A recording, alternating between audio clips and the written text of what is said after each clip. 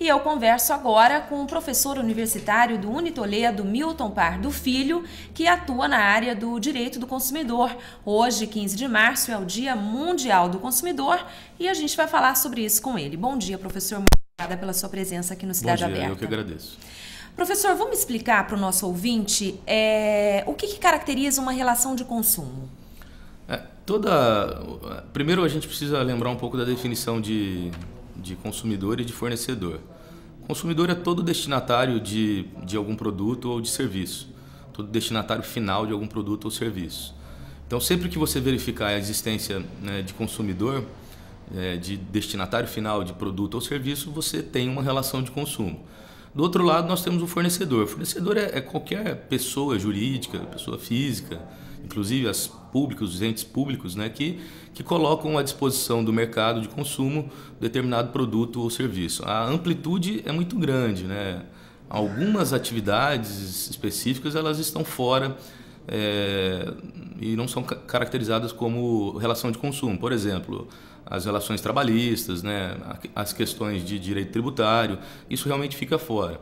Mas, por exemplo, relação condominial, relação locatícia, há uma discussão, uma certa controvérsia, mas o PROCON, especificamente, a Fundação PROCON, ela admite que relação condominial e relação locatícia possa também ter, além das leis específicas, possa também ter abrangência ou ser abrangida pelo Código Civil, pelo Código de Defesa do Consumidor. O senhor citou serviços públicos. Na verdade, por exemplo, uma unidade básica de saúde que presta serviço a um cidadão também é uma relação de consumo? Também, totalmente. E também pode ser encaixada nos preceitos do Código de Defesa do Consumidor? Aplica-se a legislação específica, né, mas o Código de Defesa subsidiariamente, ele pode ser aplicado conjuntamente com outras legislações específicas.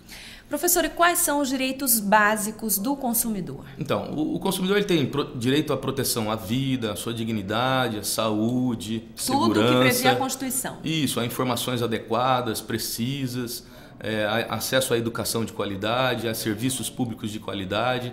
Então, assim, a abrangência do CDC, do Código de Defesa do Consumidor, é muito grande, né? Então, o nosso consumidor, enfim, o cidadão em geral, todos nós temos uma proteção de grande categoria. O Código de Defesa do Consumidor, o Código de Defesa do Consumidor brasileiro, ele é conhecido no mundo pela sua eficiência, pela sua clareza, né? Virou um modelo, de legislação. É uma referência, sem dúvida. Professor, apesar disso, o Código vai fazer 21 anos, completa 21 anos neste ano de 2011, né? Ele é de 1990. Apesar disso, ainda há abusos?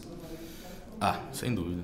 Ainda há muito abuso. E quais são os principais cometidos contra o consumidor? Olha, nós temos aí o PROCON e o IDEC, que são órgãos de proteção, associações, né, que fazem um ranking, né, das principais reclamações, dos fornecedores que mais têm reclamação aí, que são mais acionados aí mediante esses próprios órgãos. Temos aí as questões financeiras, as relações creditícias de um modo geral, securitário, de seguro. Temos a telefonia móvel e fixa, que dá muito problema. Temos a questão do plano de saúde também, que dá bastante problema. A questão da compra e venda de eletrodomésticos, eletrônicos em geral. Não foge muito dessa... Às vezes, um tipo de atividade supera a outra, mas essas cinco principais... Geralmente fica em torno delas, né?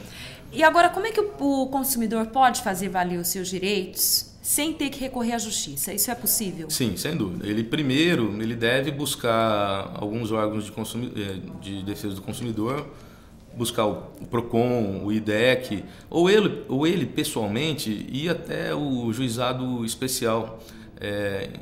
O de pequenas causas. De pequenas causas, porque se o valor do prejuízo, enfim, do vício for até 10 mil, 12 mil reais, ele tem direito de acionar o judiciário independente da presença de advogado. Então, assim, é menos burocrático, é menos oneroso para o consumidor. Então, ele pode, no caso aqui em Araçatuba não tem delegacias, né, de consumo especializadas, mas ele poderia também, né? Então, ele primeiro vai até o PROCON, faz a reclamação, houve um retorno do fornecedor. Se ele não tiver êxito, se for até 12 mil reais, na faixa de R$12.000, ele pode ir diretamente ao juizado especial, independente de advogado. Sem advogado, não é necessário. Independente de outro custo. O cidadão ele tem assim, as ferramentas, os instrumentos todos à disposição dele, né, para Aliás, essa era a minha próxima pergunta. A gente falou do código, que é uma referência mundial na legislação, né? Agora, em relação aos instrumentos de defesa que o consumidor tem, como os PROCONs, o próprio IDEC que o senhor citou, esses instrumentos são eficazes na defesa do consumidor? Olha, eu considero que sim. Embora a sensação do consumidor, enfim, do cidadão que tem algum problema, né, seja um pouco contrário ao que eu vou falar, mas eu acho que eles têm uma efetividade muito grande.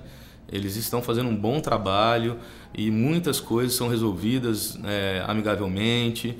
Muitas empresas estão tendo esse compromisso de resolver, de fazer um acordo, de solucionar o problema, independentemente da presença do Poder Judiciário. Professor, eu agradeço muito a sua participação no Cidade Aberta. Muito obrigada. Tenha um ótimo dia. Que é isso, obrigado a vocês.